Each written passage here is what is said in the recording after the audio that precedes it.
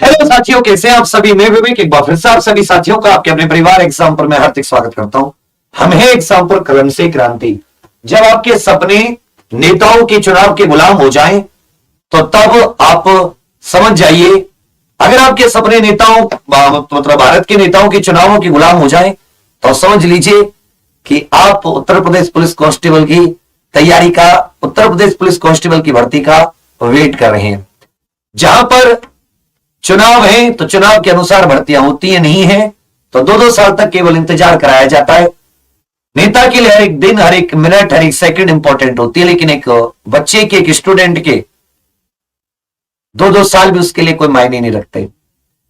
तो आप सभी माननीयों से निवेदन एक बात है, उत्तर प्रदेश में पिछले लगभग 6 साल, 2017 से अगर हम 2023 देख लें, लगभग 6 साल तो बड़ी बड़ी भर्ती भी आई है, अच्छी भर्ती आई। 2018 में एक बड़ी भर्ती आई 41,520, 49,568 एक भर्ती आई 2018 में आई, जिसका चुनाव 2019 में, जिसका मतलब पेपर जो था वो चुनाव 2019 में, उससे पहले जनवरी में 60 दिन का समय मिला।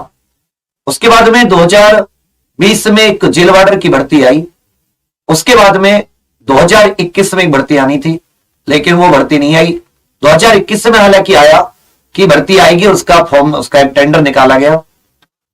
उसी समय एक आपका ये जो रेडियो ऑपरेटर होता है, इसका फॉर्म वगैरह भी भरे गए, लेकिन देखते देखते 1 साल बीत जाती ना, तो उधर भी रेडियो ऑपरेटर का एग्जाम आ रहा है और वो जो टेंडर था उसकी डेट भी इतनी ज्यादा बढ़ गई कि अब लगता है कि पता नहीं कोई ऐसी तपस्या तो नहीं कर रहे उत्तर प्रदेश के अभ्यर्थी, यूपी पुलिस कांस्टेबल की तैयारी करने वाले, कि इस तपस्या के बाद में उनको अमर होने का वरदान मिल जाएगा। क्योंकि इतनी लंबी लंबी तपस्याओं के बाद तो अमर होने का वरदान मिल जाना चाहिए। तो यही हमारे भाग्य की विडंबना है, यही हम सबकी विडंबना है कि भाई हम लोग इंतजार करते, हमें कोई आश्वासन, कोई निश्चित तारीख है कुछ पता ही नहीं होती कि भाई कब तो हमारी भर्ती आएगी, कब उसके फॉर्म भरे जाएंगे। टेंडर निकाला तो वो टेंडर रद्द क्यों हुआ, हुआ तो चलो ठीक है, दोबारा कब आएगा। तो उसी के बीच में कुछ कुछ आशा की किरणें कभी कभी आती हैं। हम आप लोगों को मोटिवेट करने के लिए वीडियो बनाते हैं कि भी चलिए आप अपनी पढ़ाई जारी रखिए। और पढ़ाई जो होती है वो होती है सिलेबस की तैयारी, गणित, रीजनिंग, जीके, हिंदुस्तान के हर एक एग्जाम में आते हैं। उसके बाद में बचती है हिंदी या अंग्रेजी। कुछ ऐसे एग्जाम होते हैं जिनमें अंग्रेजी नहीं होती, कुछ ऐसे एग्जाम अपने यूपी इत्यादि जिसमें हिंदी भी आती है। एक बार अगर तान के तैयारी करी, फिर ये नहीं देखते कि एसएसटी की है, यूपी की है, दिल्ली की। लेकिन बहुत से स्टूडेंट को वो चीज समझ में नहीं आती, उन्हें लगता है कि नहीं, केवल मैं तो इसी की करूंगा, इसके अलावा को देखूंगा ही नहीं। आप उन्हीं सब्जेक्ट से अन्य एग्जाम भी निकाल सकते हैं। वेट करने से बेहतर होता है कि हम कोई और एग्जाम निकाल के दे दें, चाहे उसको ज्वाइन ना करें, बाद में बेशक इसकी तैयारी पे लगे रहें, उससे हौसला भी मिलता है, तो विश्वास भी मिलता है। चलिए वो सब जो चीजें ही, फिर आपको आगामी भर्ती की बात कर रहे हैं। आप सभी जानते हैं कि 35,000 से लेकर 37,000 के बीच में ये कहीं पर पद होने, जिसमें सिविल पुलिस कांस्टेबल के पद भी होंगे, सिविल पुलिस के पद भी होंगे। इसी में पीएससी के लगभग 14-15,000 के या 8,000 के करीब भी पद हो सकते हैं, और इसी में जेल वार्डर के भी कुछ पद होंगे। तो ये 3 प्रकार के इसमें पद होंगे। अब आ जाते हैं वैकेंसी कब तक। देखिए अभी तो टेंडर जो इन्होंने पिछले साल निकाला था वो टेंडर रद्द हो गया, 1 साल लगभग उस टेंडर को रद्द होने पर हो गए। अभी तक उसके ऊपर फिर दोबारा कुछ नहीं है कि कोई कंपनी उत्तर प्रदेश के एग्जाम कराने के लिए राजी नहीं है। कंपनी चाहती है कि अगर उत्तर प्रदेश में वो एग्जाम कराएं और अगर पेपर लीक कर दें तो उन पर कोई कार्रवाई ना हो। अभी टेंडर में क्या है कि अगर आप पेपर लीक करते तो आप पे कार्रवाई होगी, वो चाहते कि कार्रवाई ना हो, बेशक हम पेपर लीक कर दें। पर आप जानते हैं कि पेपर लीक होने का कितना खतरा होता है, कितना डर होता है। तो मतलब पूरी मेहनत करो, पूरी जी जान लगाओ, आप कई साल तैयारी करने के बाद में, अपने जीवन देने के बाद में, और बाद में एक दिन निकल कर आए कहीं से कि भाई पेपर लीक हो गया, जैसे एसआई में हुआ, बहुत तकलीफ होती है। उस हर एक बच्चे, हर एक मेहनती बच्चे को तकलीफ होगी। उसकी तो मैं नहीं कहता कि जो मेहनत नहीं कर रहा, चाहे वो सेलेक्ट हो नहीं हो, मेहनती बच्चे के दिल पर जरूर यही बीतेगी कि भैया पेपर लीक नहीं होना चाहिए था। वो चाहती है कि हमें इससे छूट मिल जाए, जबकि भाई ये तो नियम है कि अगर आपने चोरी की है तो आपको दंड जरूर मिलना चाहिए। अब आप कह रहे हैं चोरी हो जाए बेशक, बट दंड मत दो। तो चलो कोई बात नहीं, कोई कंपनी नहीं लेना चाह रही, या फिर उन्हें यह विश्वास नहीं है कि वो एक फुल प्रूफ सिस्टम बना सकते हैं जिसमें पेपर लीक ना हो। दूसरी चीज, अभी जब यूपीएसआई की अभी जो ये भर्ती के ऊपर जो कोर्ट केस चल रहा था, उसका जो फैसला आया, उसमें खास बात गौर करने वाली बात थी कि उत्तर प्रदेश पुलिस भर्ती बोर्ड ने कोर्ट से किस तरह की भी कुछ इंजेक्शन का मतलब वाला नहीं लगाने वाला, कुछ इस प्रकार की उन्होंने एक चीज ली है कि वो चाहे तो किसी ए ग्रेड कंपनी को बिना टेंडर के भी ए ग्रेड कंपनी को किसी को देकर ठेका आगे करा सकते हैं। लाखों करोड़ रुपए का ठेका होता है, 20-25 लाख फॉर्म भरे जाते हैं, लाखों बच्चों के जीवन से संबंधित। तो ऐसे तो मतलब अपारदर्शी तरीके से तो नहीं होना चाहिए। वो देखने वाली बात होगी कि टेंडर बिना टेंडर दिए कंपनी को ऐसे ले लेते हैं या फिर टेंडर प्रॉपर निकाल कर ले देते हैं, वो भी दूसरी तरफ बात चली गई। अब टेंडर निकालने का तो मुझे समय लग नहीं रहा कि टेंडर निकाले एक दो, तो मुझे लगता है किसी कंपनी को जो ए ग्रेड कंपनी इनकी नजरों में है, जैसे टीसीएस वगैरह, वहां पे थोड़ा विश्वास है कि भाई टीसीएस है तो चलो ये गलती नहीं करवाएगी, ये इतनी चोरी नहीं करवाएगी, इसके पहला रिकॉर्ड अच्छा है। बाकी एनईसी और ये जो एपटेक वगैरह, इन पे तो हर एक राज्य में दुनिया भर के केस चल रहे हैं, ब्लैक लिस्टेड है। तो एग्जाम कब है, कब ये भर्ती आएगी, ये जो तारीख है ये बहुत इंपॉर्टेंट है कि अगले साल चुनाव है। आप जानते हैं कि यदि उत्तर प्रदेश में हो या किसी भी राज्य में कहीं पर भी कोई चुनाव हो रहा है तो माननीय प्रधानमंत्री जी, मतलब कहीं भी कोई भर्ती हो रही है तो उसमें उनको जो ज्वाइनिंग लेटर वगैरह है उसमें प्रधानमंत्री जी की देखरेख में, मतलब कि हमने भाई रोजगार क्रिएट किए, हमने भर्ती क्रिएट की है, हमने क्या किया है, भर्ती क्रिएट की है, इन सब चीजों को लेकर उनके ऊपर मतलब वो सबके नजरों में दिखाना चाहते हैं। अच्छी बात है कि भाई भर्ती उन्होंने की है तो जाहिर सी बात उनको दिखानी भी चाहिए कि जी हाँ जी हमने भर्ती कराई है। तो इस चक्कर में इस कारण से दो तीन चीजें आपके फायदे की हो जा रही है कि जो आपके एग्जाम है वो चुनाव से बहुत ज्यादा जुड़ गए। चुनाव से जुड़ने का मतलब है कि चुनाव के अकॉर्डिंग आप अंदाजा लगा लोगे कि भर्ती कब तक संपन्न होगी। जैसे 9534 वाली भर्ती थी, 2017 के बाद में यूपीएसआई की जो भर्ती हुई वो 2021 में आई और 2023 में उसकी ज्वाइनिंग हो गई। लोग अपने ट्रेनिंग पर चले गए, लगभग 2 साल के करीब उसमें समय लगा, 2 साल से थोड़ा सा कम समय। तो उसमें भी आपने देखा होगा कि उसके जो ये ज्वाइनिंग लेटर बांटे गए उसमें भी चुनावों की बड़ी भूमिका, उसको देखते हुए मतलब उसको पूरे पीआर करके, अच्छी चीजें किसने किया तो पीआर करें, उसमें क्या ही दिक्कत है। इसी चीज को ध्यान में रखकर अगर हम लोग देखें तो मेरे विचार में ये जो 2024 का चुनाव है आपको लगभग वैसा ही समय मिलेगा जैसे 49,568 वाली भर्ती के लिए मिला था।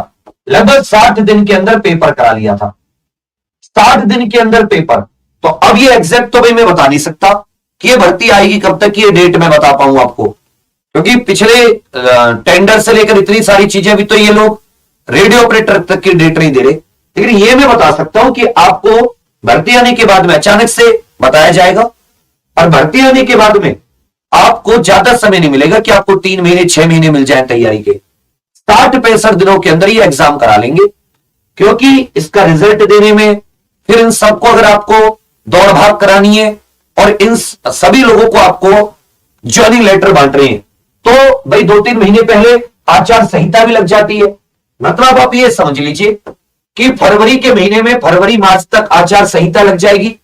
कुछ दिनों पहले तो आचार संहिता, तब तो आप बांट नहीं सकते आचार संहिता, तब तो आप बांट नहीं सकते।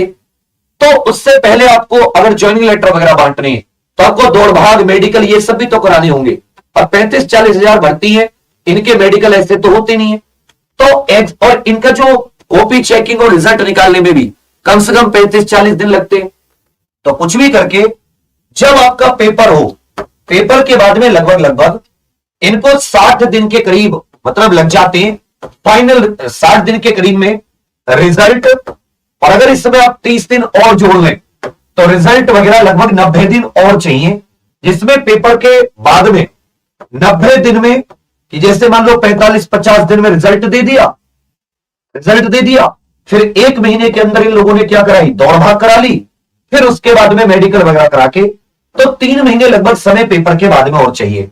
अगर फरवरी मार्च में आचार संहिता लगेगी तो फरवरी का महीना गया, जनवरी का महीना गया, दिसंबर का महीना गया, जिसमें अगर दिसंबर तक पेपर नहीं होता तो फिर ये चक्कर में आ जाएंगे, फिर ये कब ज्वाइनिंग लेटर बांटेंगे और कब बाकी की चीजें, क्योंकि पेपर में तो रिजल्ट निकालने में, कॉपी चेक होने में, अगर ऑफलाइन पेपर हुआ तो समय लगेगा। ऑनलाइन भी होने के चांस है, पक्का नहीं कि ऑफलाइन ही होगा, ऑनलाइन भी होने के चांस है। 90% चांस तो ऑफलाइन के, लेकिन एक डर यह भी है कि कहीं ऑनलाइन ना हो जाए। डर उसका कारण आप जानते हैं कि एसआई का जला दूध, वो कहते हैं दूध का जला छाछ फूक फूक के पीता है, उसमें किस तरह से हुआ था। तो पेपर अब ये दिसंबर तक, दिसंबर से पहले कराना पड़ेगा, दिसंबर से पहले, एनी हाउ पेपर दिसंबर से पहले, अगर ये आचार संहिता से पहले, चुनाव से पहले ज्वाइनिंग लेटर बांटना चाहते हैं, दिसंबर तक अगर ये पेपर कराना चाहते हैं, तो अक्टूबर नवंबर का टाइम तो बच्चों को इनको देना ही पड़ेगा, और सितंबर का आप फॉर्म भरने में मान लीजिए, तो सितंबर से पहले इनको ये अपनी सारी प्रोग्रामिंग बिठानी होंगी। अब चल रहा है मई, जून, जुलाई, अगस्त, अगले 4 महीने में टेंडर, कंपनी चुनना, कितने बच्चे, क्या सब कुछ, ये 4 महीने में करके ये अगस्त से ज्यादा लेट नहीं कर सकते। अगस्त तक इनको फॉर्म निकालने पड़ेंगे यदि उत्तर प्रदेश पुलिस कांस्टेबल की भर्ती 2024 के चुनावों से पहले पूरा करना चाहते हैं, और चाहते नहीं, हर हाल में चाहेंगे, क्योंकि क्या लेकर जाएंगे, 2019 से 5 साल हो गई, 2024 तक क्या मुंह दिखाएंगे। 2019 में जो भर्ती आई वो तो 2019 के चुनाव में लग गई, 5 साल में फिर क्या बताएंगे, 5 साल में तो बड़ी मुश्किल हो जाएगी ना बताने में। यूपीएसआई की भर्ती बता पाएंगे, और तो बहुत ही कम भर्तियां हैं उत्तर प्रदेश में जो हुई हैं, मतलब वर्दी के लिए देखें, बाकी और डिपार्टमेंट की हुई तो अलग चीज है, उसमें भी खैर ज्यादा नहीं है। तो आपको अगस्त तक तो इनको निकालना ही पड़ेगा कि सितंबर में फॉर्म भर जाए, और भाई नवंबर दिसंबर ये थोड़ा देख लें कि किस किस कॉलेज में कैसे कैसे सारा सिस्टम, और दिसंबर की शुरुआत में हाल में पेपर हो जाए। तो आपके पास ये जो भी समय चल रहा है, ये समय आपके लिए तैयारी का बेस्ट समय है। ये मैं अपना थोड़ा गणित लगा रहा हूं, वो कहते हैं ना कि इंसान को जो आगे आने वाले समय हैं उनमें कुछ अगर मुख्य कोई ऐसा समय लग रहा है चुनाव वगैरह का, तो उसके आधार पर आप बहुत सरकार का दिमाग जान सकते हैं कि अच्छा ये काम इसलिए किया जा रहा है, चुनाव तो नहीं है, पता चल जाता है कि अच्छा नेताजी घर आए, चुनाव है क्या। तो वैसे ही यहां पर भी आप अंदाजा लगा सकते हैं। अब यही हमारी विडंबना है, यही हमारा दुख है कि जो भर्तियां हैं वो चुनावों की गुलाम हो गई, नेताओं की गुलाम हो गई, उसमें आपके भविष्य का 5 साल आपके चले गए। 5 साल में उन्होंने करोड़ों रुपए की संपत्ति किसी ने बना ली, किसी ने पूरा अपना नेता बन के मौज ले ली, खूब जिंदगी उनकी बढ़िया चल रही है, और हमें केवल इंतजार में उलझाए रखा। 2020 में आएगी, 2021 में आएगी, 2022 में आएगी, 2023 के 4 महीने हो गए, क्या हम 2024 में आएगी, यही विडंबना है। खुश रहिए इसी में, हम उत्तर प्रदेश में बहुत खुशी की बात है। खुश रहिए कि हमारा मतलब जो जवानी के दिन है, आपके युवाओं के दिन है, हमको इस तरीके से जूते की नोक पर रखा जा रहा है। ये खुशी की बात है कि आपके सपनों को एक चुनावों ने गुलामी की जंजीरों में बांध दिया कि भाई चुनाव होंगे तो तुम्हारे लिए भी जीवन में कुछ खुशियां आएंगी, चुनाव नहीं होंगे तो तुम्हारे जीवन में खुशियां नहीं आ सकती। यह भी हो सकता है कि रिजल्ट चुनावों के बाद में आए, ये भी एक वो बन सकती है। दूसरी तरफ से देखें कि अगर हमारा होता है तो हम तुम्हें मतलब रिजल्ट निकाल देंगे, नहीं होता तो कोई बात नहीं। ये भी दोनों पॉसिबिलिटी है, लेकिन पहले होने की पॉसिबिलिटी ज्यादा। तो अब आप लोग पढ़ाई कर ही रहे हैं, आपका बहुत सारी सब्जेक्ट का सिलेबस बहुत अच्छे से कंप्लीट है, नंबर भी आप ला रहे हैं, अब तो आप मतलब तैयार है, पेपर कभी भी हो जाए। इस तैयारी को आप दूसरे एग्जाम्स के लिए भी लगा सकते हैं, दिल्ली पुलिस का भी होना है, आरपीएफ की भी उम्मीद है, इधर जीडी में नया आना है, एमटीएस सीएचएसएल आ रहे हैं मई और अगले आने वाले दिनों में, तो आप उधर भी अपने जीवन को थोड़ा सा, उधर भी आप खुद को मोड़ सकते हैं। एसआई की भी उम्मीद है कि कुछ पद एसआई के लिए भी 2024 से पहले आ जाएं, कम से कम चुनाव एसआई वालों के लिए भी कुछ, उनके जीवन में भी कुछ बेहतरी, कुछ उजाला ले आए। तो हम लोगों की क्लासेस तो लगातार चल रही है बच्चा, उसी के लिए मैं आपको बताना चाह रहा था। सुबह 6 बजे करंट अफेयर की आप कोई क्लास लीजिए मत लीजिए, एग्जाम्पल की करंट अफेयर मत छोड़िए, क्योंकि वो आपकी जीके को बहुत ही मजबूत कर देगी, यूपी कांस्टेबल को ध्यान में रखकर। फिर 8 बजे जबरदस्त रीजनिंग, 9 बजे जीके, 10 बजे गणित और 11 बजे हो जाती है हिंदी। फिर शाम को हमारी 5 बजे से चलती है यूपी कांस्टेबल में ज्यादा, क्योंकि आप लोगों का यूपी कांस्टेबल से जुड़ाव भी ज्यादा है, वेट भी ज्यादा है, तो मेहनत भी ज्यादा कर रखी है। 5 बजे, 6 बजे, 7 बजे, 8 बजे और 9 बजे यूपी जीके। आप सभी लोग अपनी मेहनत जारी रखिए, क्योंकि आपके हाथ में वही है, इसके अतिरिक्त आपके हाथ में कुछ नहीं है। एक एक चीज को खूब डीपली पढ़िए। मैं फिर से बता दे रहा हूं कि आप अपने अगर साथियों से 1-2 नंबर ज्यादा लाना चाहते हैं मेरिट में, आप में और उनमें कुछ अंतर नहीं है। कॉमन सिलेबस सब पढ़ के जाएंगे, कॉमन चीजें सब पढ़ के जाएंगे। एक बच्चा होता है 100 में से जो थोड़ा सा डीपली जाता है। आज मैंने ये भी वनदरोगा में देख लिया। वनदरोगा में मैं भी स्क्रीनशॉट लगवा रहा हूं। कल तक मैं आपको लगभग 75-80 क्वेश्चनों के सीधे सीधे पूछेंगे स्क्रीनशॉट। और अगर और डीपली आप पढ़ें तो आप 100%। तो मैंने एक ही चीज इसमें देखी है पिछले 5-6 साल में कि जो बच्चा होता है जिसका सिलेक्शन होता है वो बाकियों से थोड़ा सा डीप पढ़ के जाता है। बाकी 70-75% के लिए पढ़ के जाएंगे, आप 85-90% टारगेट करके जाइए, आपका 100% होगा। तो जो कमी रह गई है, जो छोटी छोटी चीजें आपको नहीं आती, लिख लिख के बराबर याद करो, बार बार याद करो। इस समय को मेरी तो तैयारी है, ऐसे मत, मैं और बेहतरीन तैयारी करूंगा और डीपली तैयारी करूंगा, देखता हूं मेरा कैसे नहीं होता। और आप देखोगे कि आपका होगा ही होगा। तो यही चीज बस आपको बतानी थी। लगे रहिए, मेहनत करते रहिए, क्योंकि जो मेहनत लगातार करता है, मैंने अच्छे से अच्छे और बुरी से बुरी हालत में जिसने मेहनत की है उनका परिणाम अपनी आंखों के सामने देखा है। मेहनत तो लगातार मेहनत कर रहे हो, आप कितने भी कष्ट झेलो, आपको सफलता का सुख मिलेगा ही मिलेगा। और आपने कष्ट नहीं झेले, आपने मेहनत नहीं की, आप उस सुख से वंचित रह जाओगे, कभी नहीं मिल सकता। थैंक यू, जय हिंद।